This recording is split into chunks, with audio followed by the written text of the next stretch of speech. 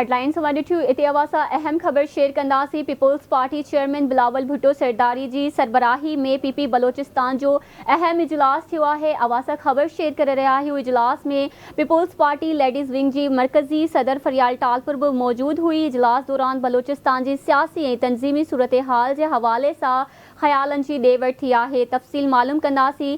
आवाज़ news chief reporter Ghazi झंडेर खां। जी गाज़ी वधीक छा तफ़सील आहिनि, आगाह कजो।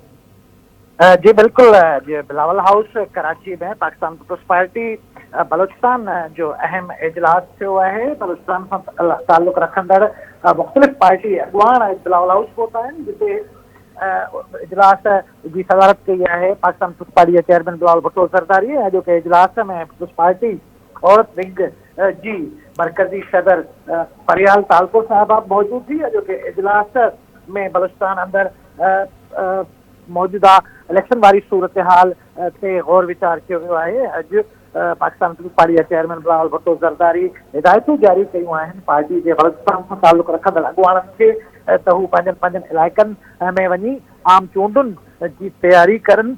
ऐं पीपल्स पार्टी छाकाणि त अवामी पार्टी है, आम कारकुननि सां पीपल्स पार्टी जो रिश्तो रहियो है, इन करे वधि खां वधि कोशिशि कई वञे त पीपल्स पार्टी जा जेके कारकुन आहिनि, आम माण्हू आहिनि, उन्हनि सां राब्तनि खे वधीक सघारो बणायो वञे। अॼोके इजलास में बलोचिस्तान सां ताल्लुक़ रखंदड़ अॻुवाननि पार्टी के चेयरमैन जे आॾो बलोचिस्तान सूबे में आम चूंडुनि के हवाले से मुख़्तलिफ़ तजवीज़ूं पिणु रखियूं आहिनि। तफ़सीली इजलास थियो आहे जेको 3 कलाकनि ताईं जारी रहियो। जी ठीक है गाज़ी, अवां जी वॾी महिरबानी अपडेट करण लाइ।